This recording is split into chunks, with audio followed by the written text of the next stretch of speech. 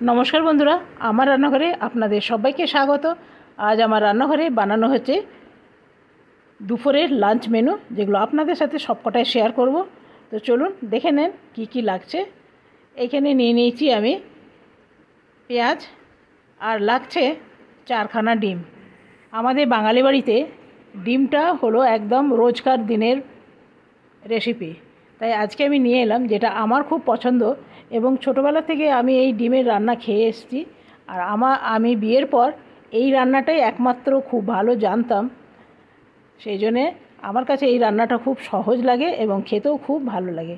প্রথমে আমি পেঁয়াজগুলো এখানে একটু ঘুরিয়ে নিলাম, খুব সুন্দর কুচি কুচি হয়ে যায়। এই যে দেখছেন কত তাড়াতাড়ি হয়ে গেল।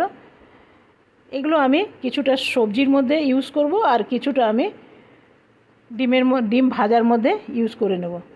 তো ভাবছি যেগুলো রেখেছি সেগুলো একসাথেই চালিয়ে নিই,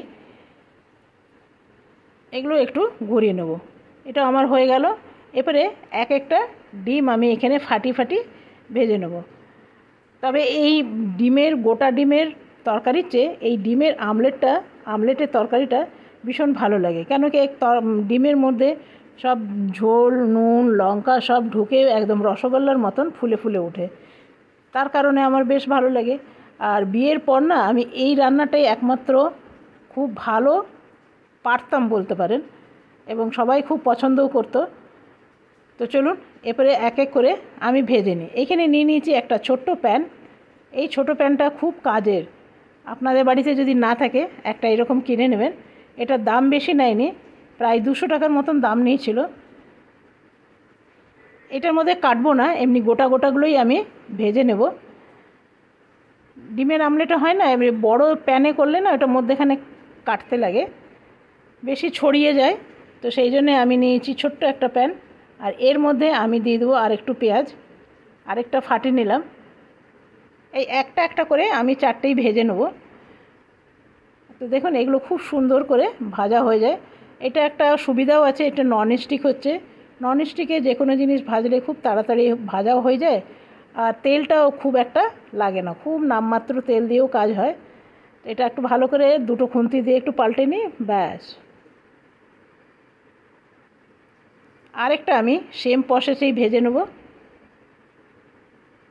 তবে পেঁয়াজ কুচনোগুলো খুব মিহি করতে হবে, নাইলে না মধ্যেখান থেকে ডিমটা ভেঙে যাবার ভয় থাকবে। তো চলুন এগুলো আমি এক এক করে 4খানাই ভেজে নিই।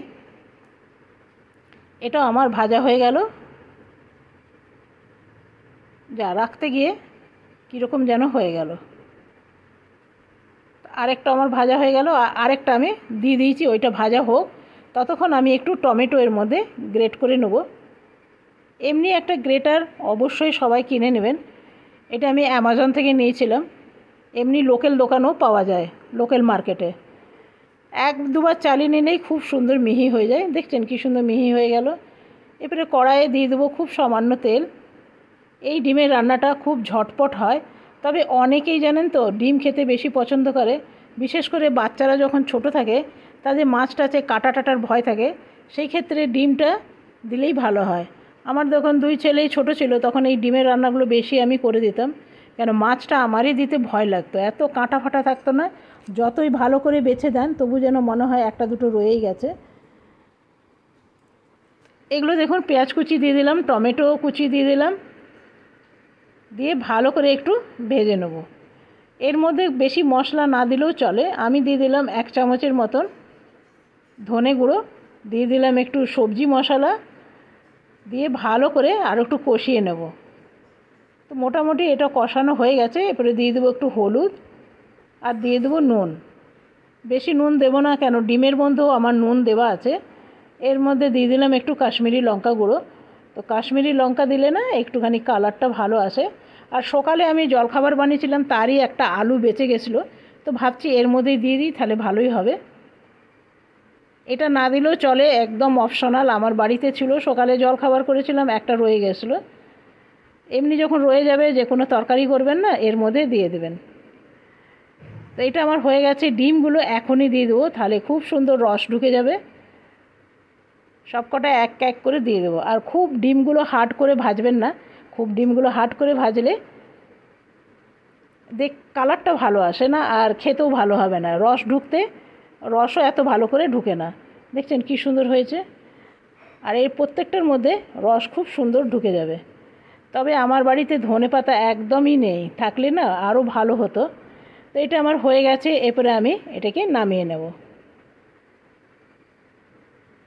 আর এই ডিমের রেসিপি আমার মনে হয় প্রত্যেক বাঙালির বাড়িতেই হয়, সেই জন্যে আমি জিজ্ঞেস করব না আপনাদের কাছে কেমন লাগলো। তবে যদি ভালো লাগে তা একটা লাইক করতে ভুলবেন না। আপনাদের একটা লাইক আমাকে আরও ভিডিও বানাতে সাহায্য করবে। তো চলুন নেক্সট রান্নাটা আমি করি। নেক্সট রান্না আমি বানাবো এখানে আমার গাছের বেগুন। তবে এই গরমের দিনে না বেশ ছোট ছোট সাইজের বেগুনগুলো হচ্ছে, বেশ মানে কি বলবো, এমনি পাতলা পাতলাই হচ্ছে, কিন্তু খেতে খারাপ না। এমনি আমি গোল গোল করে ভেজে নেব। তবে আপনাদের কাছে যদি এই রকম ছোট ছোট বেগুন থাকে তাহলে আপনারা এই রেসিপিটা একবার ট্রাই করতে পারেন। একদম গোল গোল কাটতে হবে কিন্তু। তো দেখুন মোটামুটি আমার সবগুলোই কাটা হয়ে গেছে। কাটতে বেশ সময় লাগে, ছোট জিনিস কাটতে সময় লাগে। এগুলো জল দিয়ে আমি একটু ধোয়া হয়ে গেছে আমার, দিয়ে দিলাম নুন। জল দিয়ে ধুয়ে ভালো করে জল ঝরিয়ে নিতে হবে। নুন হলুদ দিয়ে দেবো, একটু কাশ্মীরি লঙ্কা গুঁড়ো, আর দিয়ে দেবো অল্প ঝাল লঙ্কা। ব্যাস, দিয়ে ভালো করে চামচের সাহায্যে একটু মিলিয়ে নেন। ব্যাস হয়ে গেল এটা। এরপরে দিয়ে দেবো আমি একটু কর্নফ্লাওয়ার একদম অবশ্যই দেবেন। যেরকম বেগুন আছে সেরকম দেখে আপনাকে দিতে হবে। এইখানে আমি মোটামুটি চায়ের চামচে 4 চামচ দিলাম। এখানেই শেষ নয়, আরেকটা জিনিস দিতে হবে। এখানে দিয়ে দিলাম একটু চালের গুঁড়ো, খুব সামান্য দিলাম, 2 চামচের মতন হবে। এটা আবার কিছুক্ষণ আমি একটু রেখে দেবো। এইখানে আমি একটু নিয়ে নেব, ওই যে বললাম না সকালে আমি আলু তরকারি করেছিলাম, কিছুগুলো রয়ে গেছে। তো সেই কিছুগুলোর মধ্যে এইখানেও 3খানা আছে। তো এগুলো একটুখানি আলু চোখা বানিয়ে নেব। 3টেই আমি এভাবে করে চটকে নিলাম। কড়াইয়ের মধ্যে দিয়ে দেবো তেল, খুব সামান্য দিয়ে দেবো। এইখানে দিয়ে দিলাম লঙ্কা। এই লঙ্কাগুলো জানেন মেলার থেকে কিনেছিলাম। এর ভেতরে পুরো মশলা দেওয়া আছে, নুন লঙ্কা, লঙ্কার মধ্যে আবার লঙ্কা গুঁড়ো দেওয়া আছে। আমি ভাঙলাম না, ভাঙলে পুরো নুনটা ভেঙে বেরিয়ে আসবে। তো এগুলো না ভাতের সাথে খেতে দারুণ লাগে। দেখছেন কড়াইয়ের মধ্যে নুন হয়ে গেল। দিয়ে দিলাম একটু পেঁয়াজ কুচি, আর দিয়ে দিলাম গোটা জিরেটা আগেই দেওয়া উচিত ছিল, ভুলে গেছি। এরপরে আলুগুলো দিয়ে দেবো। আর যেই লঙ্কাগুলো আমি ভাজলাম সেগুলো আমি হাতে করে ভেঙে এর মধ্যে দিয়ে দিলাম। এর মধ্যে হলুদ দিলে খুব একটা ভালো লাগে না, তাও সামান্য আমি হলুদ দিলাম, নামমাত্র বলতে পারেন। এটা আমার হয়ে গেছে, এবারে নামিয়ে নিলাম। এরপরে বানিয়ে নেব বেগুন ভাজাগুলো। এই বেগুন ভাজাগুলো করে কখনো খেয়ে দেখবেন। এগুলো বড় বেগুনও হবে, তবে ভীষণ রোদ এসে গেছে, এই আমারই দেখতে অসুবিধা হচ্ছে, তো আপনাদেরও অবশ্যই অসুবিধা হবে। খুব সুন্দর একদম মচমচে ভাজা হয়। আর ভাতের সাথে যদি ডাল দিয়ে খান না, আর কোনো তরকারিই লাগবে না। তো যেহেতু আমার গাছের বেগুন সেহেতু অনেক হয়েছে, সেই জন্যে ভেজে নিলাম। আর এগুলো খুব সুন্দর আওয়াজ হচ্ছে। আরেকটু আমি ভেজে নিলাম।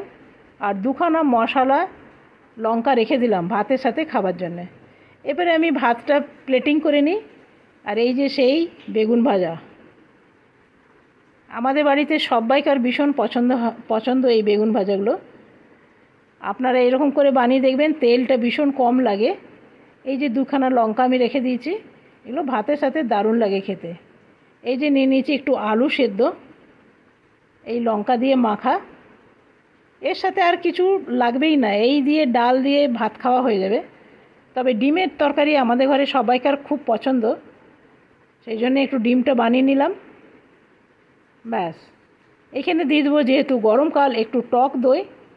রোজকার পাতে রাখতেই হয়, সেই জন্যে নিয়ে নিলাম টক দই। আর টক দইটা এত সুন্দর বসেছে না, কি বলবো, খুব সুন্দর। তো আজকের রেসিপি আপনাদের কাছে কেমন লাগলো? খুবই সামান্য কিন্তু খুব খেতে ভালো। আশা করি আপনাদের কাছে খুব ভালো লাগবে। ভালো লাগলে কি করতে হবে, একখানা লাইক করতে হবে আর সাবস্ক্রাইব করে দিলে খুবই ভালো হবে। আজকের মতন এখানেই শেষ করলাম। কালকে আসব আবার নতুন ভিডিও নিয়ে। আপনারা সকলে ভালো থাকবেন, সুস্থ থাকবেন। Thank you. যেই গরম পড়েছে সবাইকার সুস্থ থাকাটা ভীষণ দরকার। সুস্থ থাকুন আর সাদা মাটা খেয়ে ভালো থাকুন। ধন্যবাদ।